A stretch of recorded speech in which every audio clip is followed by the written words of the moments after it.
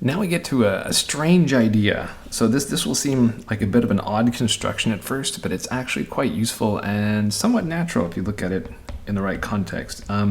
But probably it won't seem natural until we get at least a couple clips further on. So this is the idea of a quotient or a quotient space. So if U is a subspace of V, and we have some element of V, then V plus U, so this is defined as the set consisting of V plus all things in U.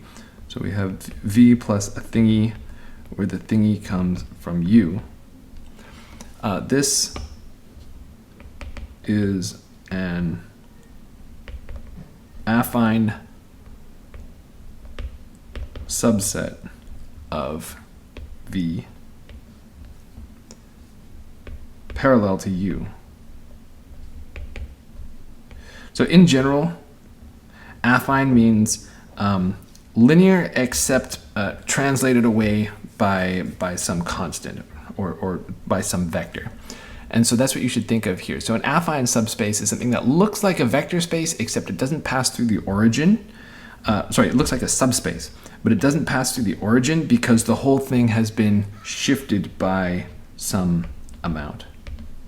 So this leads us to a way to define quotient space. If U is a subspace of V, then the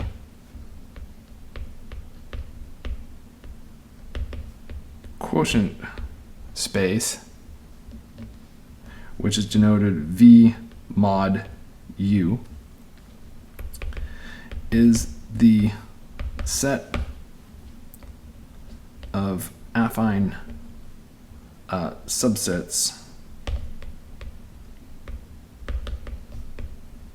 of V parallel to U.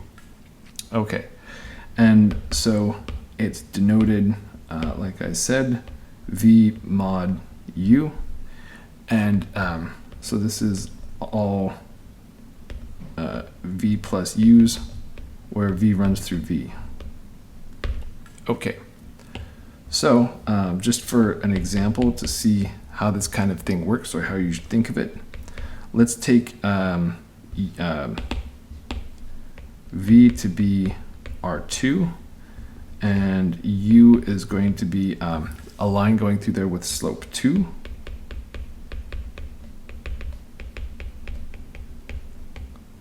Like this. Okay, so then we have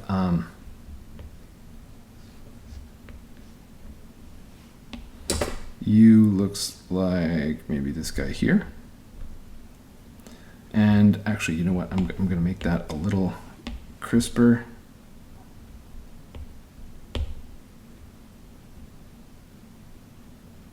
Use the line straightening. Okay, good. So we've got that. And then if we look at parallel translates of this, and maybe I'll give them a different color so that we have, there we go. So there's that one, and that one, and that one, and so forth. So we got a bunch of these guys, and they don't have to be regularly spaced or anything, because actually there's any single translate of U. So this is like, maybe this one over here is V1 plus U, and this one over here is V2 plus U, and whatever.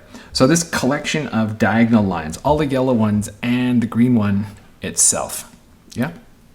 And so in fact, you can see that I can parameterize these yellow ones, so this collection V mod U, by looking at this one right here. So every point on this line corresponds to exactly one affine subspace, right? And so as a consequence, we see that that line there is actually going to be isomorphic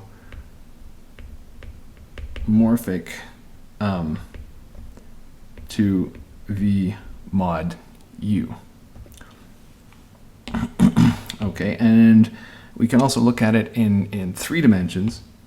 So if I had 3-dimensional coordinate axes here, and now let's take some 1-dimensional subspace u. So it'll be something passing through the origin. Okay, so there's u.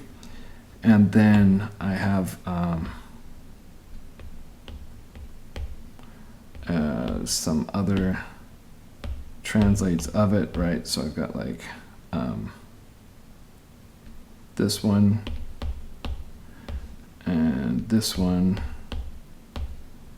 and oh shoot, well, almost lines up and so forth. Whoops. Trying to make them look regular.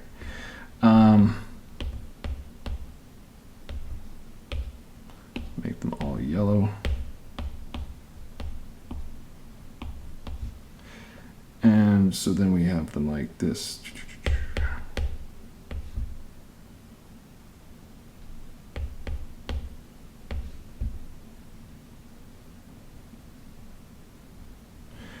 Okay, so now there's a whole bunch of translates of that thing. And what I wanted to point out is just that if I look at where the ends of these things fall,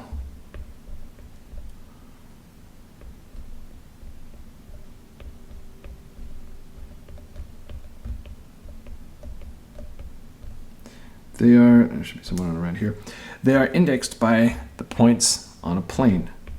So these things look like a plane. And so we'll make this idea rigorous in the next clip. But first I'm going to finish with a theorem that sort of sums up this, or makes this picture a little bit more solid. And that is the idea that with addition defined as follows,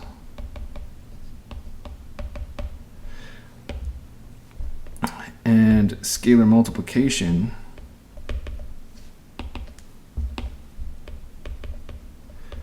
defined like this, the quotient space is actually a vector space. So I was calling it quotient space, so probably you already thought that this was going to be coming, but yeah. And I'm not going to bother to prove it. It's sort of a tedious check the various parts of the definition, and there's like 20 parts to that definition, so I'm going to skip it. It's a little bit tedious, not a whole lot insightful. One thing, however, that I do want you to note is that u, which you can think of as 0 plus u, is the additive identity here. So that is, it's the 0 element of the quotient space.